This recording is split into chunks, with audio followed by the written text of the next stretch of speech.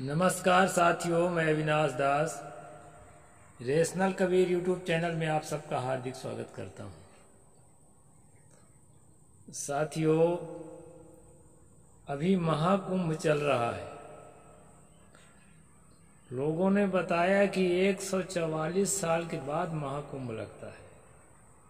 6 साल में अर्ध कुंभ लगता है, 12 साल में कुंभ लगता है। और इस साल जो इलाहाबाद में, जिसको आजकल प्रयाग कहने लगे हैं, किसी जमाने में शायद प्रयाग नाम था, ऐसा कहा जाता है। तो महाकुंभ लगा हुआ है दोस्तों।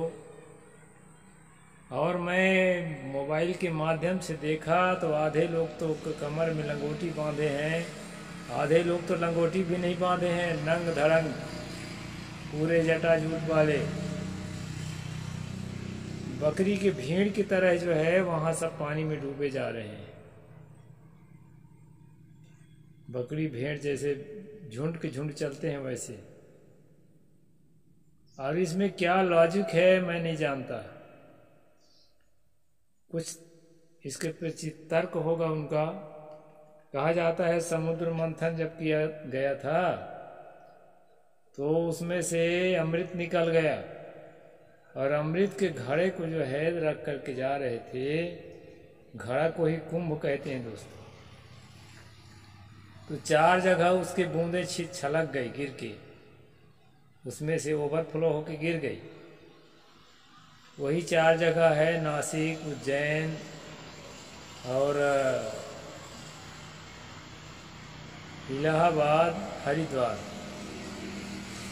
उसका 4 जगह जो है मेला लगता है करम से। ऐसा जो है उसके बारे में कहानी बताते हैं दोस्तों। और कहानी जो भी बताते हों, लेकिन यहाँ बात है कि उत्तर प्रदेश नगीना के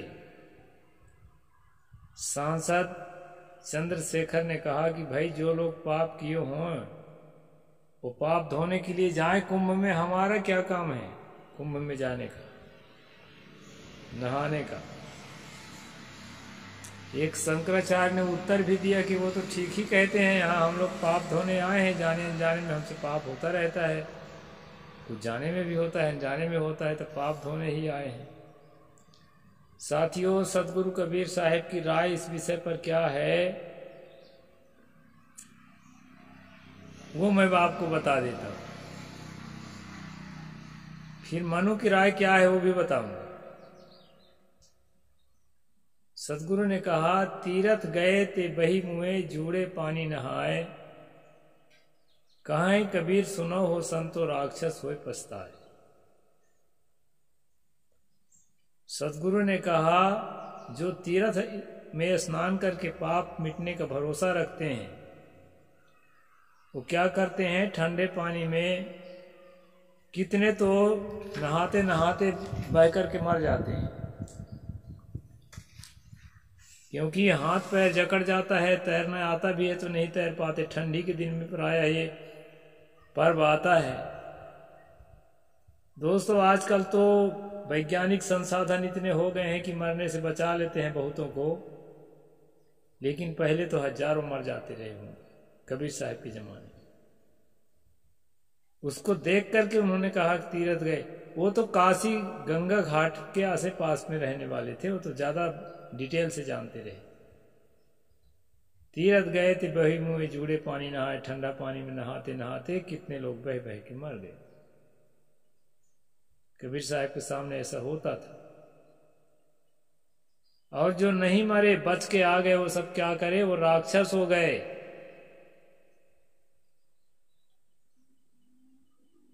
राक्षस कैसे हो गए दोस्तों? राक्षस ऐसे हो गए कि जिसको ये विश्वास है कि एक बार गंगा में नहाने से, एक बार नर्मदा में नहाने से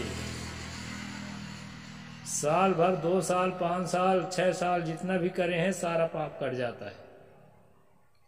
वो आदमी भरपूर पाप करेगा और फिर जाके नहा के आ जाएगा। नहा के आना बहुत सरल काम है। तो राक्षस तो हो गई। तो साथियों, पाप धोने जाता कौन है? जिसको भीतर उसका दिल कहता है कि हाँ भाई मैंने पाप किया है, वही जाएगा। और पाप कौन करता है? व्यापार में जो बनिया होता है, व्यापारी होता है, आजकल के कारपोरेट घराने के लोग जनता के खून पी पी के अरबों खरबों के कैपिटल खड़ा करते हैं, शोषण करके वो पाप करते हैं दोस्तों। और जो नेता नगरी के लोग हैं, बड़े बड़े पहले राजे रजवाड़े होते थे, वो खून खराबा करके लूटपाट करके दूसरे के राज हड़प करके राज विस्तार करते थे। उनको महसूस हो रहा था कि हम पाप करे हैं। और पुरोहित लोग तो जानते हैं काशी करवट के नाम से कैसे लोगों को जो है बेवकूफ बना करके पानी में डुबा डुबा मार डालते थे। और गरीब को अमीर को ग्रह के नाम से, नक्षत्र के नाम से, राशि फल के नाम से और अनेक प्रकार धार्मिक कर्मकांड के नाम से लूट लूट करके और मार मार करके वो पाप करते हैं। तो उनको भी महसूस होता था कि हम पाप करे हैं। इसलिए दोस्तों वो अपने पाप को मिटाने के लिए लोगों को बताए कि देखो अब हम निष्पाप हो गए हैं। लोगों को दिखाने के लिए कि हम निष्पाप हो गए हैं। वो खुद जानते हैं कि पाप वो कुछ नहीं होता है। कर्म का फल जो है वो जीवन में ही मिलता है। और ज्यादा दबंग आदमी है तो बच भी जाता है।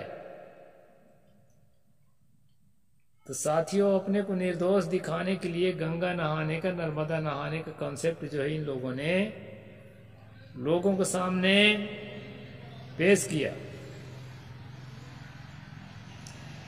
कि हमने जितना सताया, जितना मारा, जितना बेगारी करवाया, फोकट में काम करवाया, झूठा अन्न खिला करके काम कराया, उच्चिष्ट अन्नम दातव्यम, पैरा में सुलाया, उतारे कपड़े दिए, टट्टी का टोकरी जो है सिर पर ढोवाए, हमारे पशु को उठवाए और जाति बांट करके तेल पेरने वाली जाति बनाए, दारू बनाने वाली जाति बनाए। और जितना हमने जुल्म अत्याचार किया वो सब का पाप जो है हमारा खत्म हो गया। अब हम पूज्य हो गए, निष्पाप हो गए, क्योंकि हम गंगा नहा के आए, नर्मदा नहा के आए हैं, कृष्णा कावेरी नहा के आए हैं। ऐसा प्रस्तुत करने के लिए दोस्तों ये टंट घंट की शुरुआत की गई थी बदमाशों के द्वारा। और वो जो है आने वाले समय में जब देश आज़ाद हुआ, लोगों को पैसा धरने का अधिकार मिला, पढ़ने लिखने का हक मिला, पैसा कमाने की क्षमता बढ़ी, तो भीड़ के भीड़, झुंड के झुंड वे लोग भी पाप काटने जाने लगे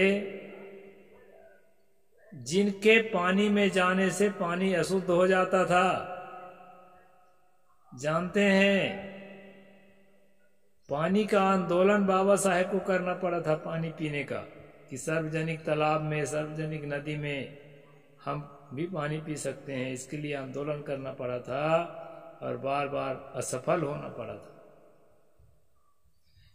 फिल्मों में आप देखे होंगे मार मार करके, डंडा से पीट पीट करके हत्या कर दी जाती थी अगर इनके घाट में कोई दलित आदिवासी पानी पी लिया और देख लिए तो। प्यासों से तड़प तड़प मर जाए लेकिन उसको पानी पीने का हक नहीं था। गंगा घाट में नहाना तो बहुत दूर की बात है। तो साथियों, आज जो है चंद्रशेखर जी ने बोला कि हमको कोई पाप ओप नहीं है, हम जो है न जाएंगे नहाने। जिसको पाप बहुत हो गया है वो जाके अपना पाप धुला ले। हम लोग ऐसा कोई काम ही नहीं करते जिससे हमको पाप होए, ऐसा कह दिया। तो उस पर जो है बवाल मचाने लगे लोग। साथियों, ये जो चंद्रशेखर हैं, इनके मानदंड के अनुसार, इनकी भाषा के अनुसार शूद्र है। और शूद्र को नदी में नहाने से नदी अशुद्ध हो जाता है, और अगर उसी नदी में ये दोबारा नहाए तो गौमूत्र से, पशु के पेशाब से अपने आप को शुद्ध करते हैं, गोबर से शुद्ध करते हैं। गोबर लगाए के जैसे आप लोग साबुन लगाते हैं ना, वैसे गोबर लगा के और गौमूत्र से स्नान करते हैं, तब जाके शुद्ध होते हैं, शूद्र के छुआ हुआ पानी से। तो इनके भाषा में चंद्रशेखर जी शूद्र हैं, इनके ब्राह्मणी भाषा में। तो भाई वो क्यों जाएंगे वहां अपमान होने के लिए। और दोस्तों शूद्र को पाप भी नहीं लगता है। शूद्र को तो लाश तक को छूना जो है ना मना किया गया है, लाश को, मरा हुआ लाश को। मनुस्मृति के 5वां अध्याय का 104 श्लोक आप पढ़ना। न विप्रम से सुतिष्ठतु मृत शूद्रेण नायेत अस्वर्ग्या ह्यहुति सा छा शूद्र संसर्ग दूषिता। आत्मीय लोगों के रहते हुए मरे हुए ब्राह्मण को शूद्र से न उठवाएं, क्योंकि शूद्र के स्पर्श से दूषित होने के कारण, यानी दूषित हो जाता है, मृतक का वह देह शरीर स्वर्ग निमित्त नहीं रह जाता। जिंदगी भर चाहे ब्राह्मण जितना भी पुण्य किया हो, जितना भी स्वर्ग जाने का कर्म किया हो, लेकिन अगर मरने के बाद उस लाश को शूद्र ने छू दिया तो जो है स्वर्ग नहीं पहुंचेगा ब्राह्मण। इतना अशुद्ध होता है हिंदू धर्म शूद्र। ये खुद इन्हीं की किताब कह रही है दोस्तों, बहुत जगह कहा गया है, मैं 1-2 जगह सेलेक्टेड करके वो बोल देता हूं आपको। और साथियों उसको जरूरी नहीं बताया गया है गंगा नहाना या धार्मिक कर्मकांड करना। उसको तो साधारण सा बता दिया है कि ये चरणों की सेवा करे बिना शिकायत किए हुए, तो वैसे भी इसको स्वर्ग मिल सकता है। स्वर्गार्थम व भूयार्थम व विप्रानाराधियेत सह जात ब्राह्मण शब्द से यश कृत्यता। ये 10वां अध्याय का 122 नंबर श्लोक है दोस्तों। इसमें कहते हैं शूद्र स्वर्ग के लिए या संसार में जो है मान प्रतिष्ठा पाने के लिए ब्राह्मणों की सेवा ही करे, और कुछ करने की जरूरत नहीं है। ब्राह्मण की सेवा करता है, ऐसी जो प्रसिद्धि है वही उसके लिए स्वर्ग है। यानी दुनिया कहे बड़ा अच्छा सेवा करता है फलाना ब्राह्मणों का, ऐसा अगर कहता है तो वही उसके लिए स्वर्ग है। तो इस तरह से जो है दोस्तों स्वर्ग पाने के लिए शूद्रों को किसी धार्मिक कर्मकांड में भाग लेना जरूरी नहीं बताया गया है। हिंदू धर्म के मान्य ग्रंथ मनुस्मृति के अनुसार। और साथियों शूद्र को कभी पाप भी नहीं लगता है, वह चाहे जितना मर्डर कर दे, जितना चोरी हत्या व्यभिचार कर दे। इनके अनुसार, हमारे अनुसार तो हर मनुष्य का अपराध है, लेकिन इनके अनुसार शूद्र को नहीं लगता है पाप। न शूद्रे पातकम किंचिन न संस्कारमर्हति नास्य विकारो धर्मेष्टि न धर्म प्रतिषेधनम। ये लिखते हैं 126 नंबर श्लोक में 10वां अध्याय का। शूद्र को पाप नहीं होता, तो पाप ही नहीं होता है तो गंगा नहाए के क्या काम पड़ा है उसको। शूद्र को पाप नहीं होता, उसको कोई संस्कार भी नहीं है, किसी भी धार्मिक संस्कार का धर्म कार्य में उसका कोई अधिकार भी नहीं है, और ना तो धर्म कार्य से निषेध ही है।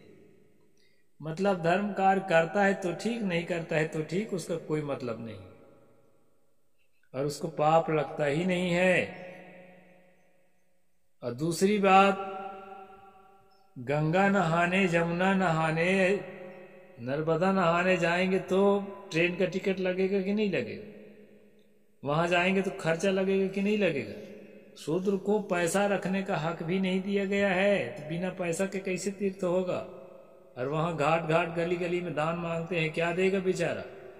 इसमें पैसा सकते नापि ही शूद्रे न कार्यो धन संचय। अगर समर्थ भी है शूद्र, 129 नंबर में कह रहा है, अगर समर्थ भी है शूद्र तो धन इकट्ठा मत करे, खाने भर को कमाए, सुबह खाए शाम के लिए, शाम खाए सुबह के लिए, बस। क्योंकि ये पैसा इकट्ठा हो जाने पर ब्राह्मणों के लिए खतरा बन जाता है। सारा जो अन्याय, अत्याचार, भेदभाव और शोषण किया है उसके खिलाफ खड़ा हो जाता है। इसके लिए कहा है दोस्तों कि धन भी इकट्ठा ना करे। तो इस प्रकार जो है मनु के हिसाब से शूद्र का गंगा नहाने न जाना अच्छा है। और कबीर साहब के हिसाब से पापी ही होता है जो तीर्थ नहाने जाता है और वहां से आके बाद जो है और पापी हो जाता है। तीर्थ गए 3 जना, चित चंचल मन चोर, एकव पाप न काटिया लादिन मन 10 और अहंकार लाद के चला आया कि अब तो मेरा सारा पाप खत्म हो गया, फिर पाप करूंगा जितना करना होगा। तो 10 गुना पाप और लाद के आता है दोस्तों। इसलिए तीर्थ कभी भी ओबीसी के आदमी को, SC ST के आदमी को नहीं जाना चाहिए। तीर्थ मीरथ कुछ नहीं होता, एक कमाई का जरिया है दोस्तों। आप लोग साल भर जो है नमक रोटी खा खा के कमाते हैं और वहाँ सारा पैसा बहा के आ जाएंगे। व्यापारियों के हाथ जाएगा, गाड़ी वालों के हाथ जाएगा और पंडा पुजारियों के हाथ जाएगा, और खाली हाथ होके आपको लौटना पड़ेगा। तो चंद्रशेखर जी ने जो कहा है कि हमने कोई पाप नहीं किया है तो हमें नहीं जाना है गंगा नहाने, जो पापी लोग हैं वो जाए तो अच्छा है। तो ऐसा कहा है, उस पर बवाल नहीं मचाइए, वो ठीक कहा है, मैं उनके समर्थन में हूँ। ये पापियों का ही काम है, जिनको भीतर से महसूस होता है, फील होता है कि मैंने पाप किया है, वो पाप काटने के लिए जाए। हमें तो महसूस ही नहीं होता है, हम ऐसा कोई काम ही नहीं करते हैं। अपने बिछड़े हुए लोगों को, अपने शोषित वंचित लोगों को जगाने का काम करते हैं और जो है अपने हक अधिकार के लिए खड़े होने का काम करते हैं, और जो है अपने को शिक्षित, संस्कारित और बढ़िया मानवीय संवेदना के अनुकूल दया, करुणा, प्रेम, परोपकारिता, आपसी सद्भाव, ये सब चीज की शिक्षा देने का काम करते हैं और सबसे पहले अपने जीवन में उतारने का काम करते हैं। इसलिए तीर्थ का कोई महत्व नहीं है दोस्तों। जो भी समझदार लोग हैं वहाँ धक्का खाने के लिए ना जाएं और अपने परिवार को वहाँ धक्का खाने से रोकें। आप पूछेंगे कि आप कबीरपंथी हैं, कबीरपंथियों को तो कई छावनी लगी हुई है। साथियों, मैं किसी साल कुंभ में नहीं जाता, छावनी लगी है तो लगी रहे, और उनमें भी अधिकतम लोग जो हैं उसी चीज को प्रमोट करते हैं, इसलिए वो लोग जाते हैं। और मैं भीतर से बाहर से ठोस हूँ। मुझे ये सब चीज सदगुरु कबीर साहब ने कहा था, पाप पुण्य की चिंता नाही, स्वर्ग नरक नहीं जाही, कहें कबीर सुनो हो संतो, जहां का पत्ता समाई। जैसे कर्म किए हो ना, उसी के हिसाब से जीवन बनेगा और उसी के अनुसार से परिणाम आएगा। पाप पुण्य, स्वर्ग नरक के चक्कर में ना पड़ो, जीवन को बढ़िया, जितना बढ़िया से बढ़िया जीने का प्रयास करो, मानवता में ढाल के, उसका अच्छा परिणाम आएगा, ऐसा सतगुरु का कहना है। तो साथियों, मनु के श्लोकों को रख करके मैंने आपको बताया कि शूद्र को कोई पाप नहीं लगता है, और शूद्र के बल्कि नदी में नहाने से अशुद्ध हो जाता है। उसमें ब्राह्मण नहाए कि फिर अभी घर में आके गोबर से फिर नहाना पड़ेगा बेचारों को, इसीलिए ना ही जाए तो अच्छा है। कोई भी शूद्र, खासकर ST SC के आदमी तो नहीं जाना चाहिए, ओबीसियों को भी नहीं जाना चाहिए। लेकिन अब भाई नहीं मानते हैं तो जाएं। भेड़िया धसान, कबीर साहब ने कहा, ऐसी गति संसार की ज्यों गाडर का गाडर माने भेड़ बकरी, और एक परा जो गाढ़ में सबे गाढ़ में जाते, गड्ढे में गिरता है, सब गिर रहे हैं तो गिरने दीजिए। लेकिन हम लोग दोस्तों अंधविश्वास में, पाखंड में, ढोंग में, आडंबर में अपने आप को ना ले जाएं और अपने परिवार को जाने से रोक दें। समझाएं उनको कि यहाँ कुछ नहीं है, धक्का खाने के अलावा, खर्चा होने के अलावा, समय और पैसा बर्बाद करने के अलावा। भेड़िया धसान में शामिल मत होए दोस्तों। मेरे जैसे मजबूत बने। कितनों कबीरपंथी गए हैं मेला, लेकिन मैं नहीं गया। मैं एको साल नहीं जाता।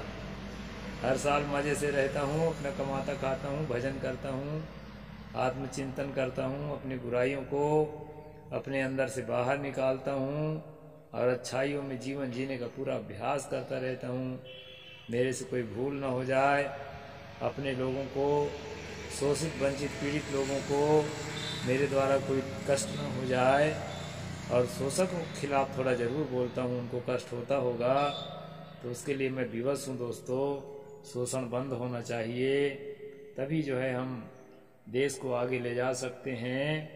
सबके साथ भलाई हो, सबका अधिकार मिले, सबको हक मिले, सबको जो है ऊपर जाने का रास्ता मिले। ऊपर मतलब जहाँ है वहाँ से बेहतर होने का। तो इतना ही बनाऊंगा आज की वीडियो में। जो साथी सब्सक्राइब नहीं किए हैं सब्सक्राइब जरूर कर दें और अन्य दोस्तों तक शेयर करें, लाइक करें, कमेंट करें। साहिब बंदगी। जय जोहार, जय भीम, जय भारत।